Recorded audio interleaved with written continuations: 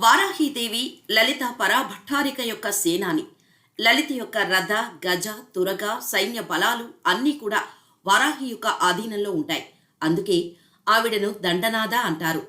అమ్మ స్వరూపాన్ని గమనిస్తే వరాహ ముఖంతో, అష్టభుజాలతో, శంఖ, చక్ర, హల, ముసల, పాస, అంకుశ, వరద, అభయ హస్తాలతో ప్రకాశిస్తూ మనకు దర్శనమిస్తుంది.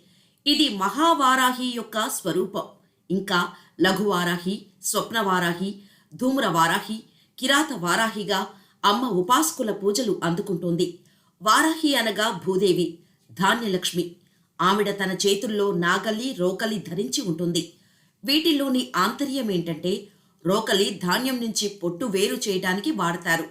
అలాగే మన జన్మంతారాల్లో చేసిన కర్మలను అమ్మ వేరు చేస్తుంది.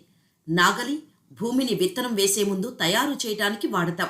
అలాగే అమ్మ కూడా మన బుద్ధిని నిష్కామ కర్మ వైపు వెళ్లేలాగా ప్రేరణ చేస్తుంది. పరాశక్తిలోని సౌమ్యం శ్యామల అయితే ఉగ్రం వారాహి. శ్రీవిద్యా గద్యంలో అహంకార స్వరూప దండనాద సంసేవితే, బుద్ధి స్వరూప మంత్రిణ్యుపసేవితే అని లలితను కీర్తిస్తారు. దేవీ కవచంలో ఆయు రక్షతు వారాహి అన్నట్టు ఈ తల్లి ప్రాణ సంరక్షిణి. ఆజ్ఞాచక్రం ఆవిడ నివాసం. వారాహీదేవి శాక్తేయంలో కనిపిస్తారు. శక్తిని ఉపాసించే ప్రక్రియే శాక్తేయము.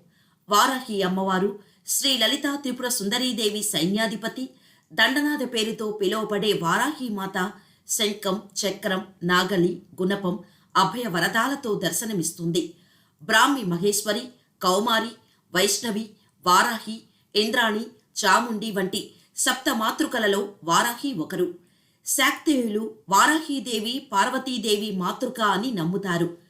ఈ మాతృకలు దానవులపై యుద్ధానికి వెళ్లేటప్పుడు అవసరానుగుణంగా దేవతల యొక్క శక్తులను సమీకరించి సృష్టించి తమ తమ ఆయుధాలను ఇచ్చినవి.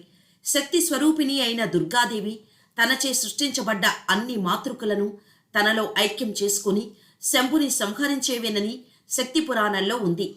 దేవి భాగవతం ప్రకారం చండీమాత రక్తబీజుని సంహరించేటప్పుడు వారాహి మాతృకను సృష్టించనట.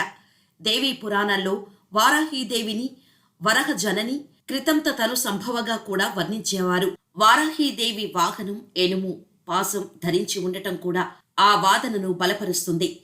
ఈమెను కైవల్య రూపిణి, వైవస్వతి అని కూడా అంటారు. ఈమెను వాగ్దేవి రూపిణిగా కూడా వర్ణిస్తారు.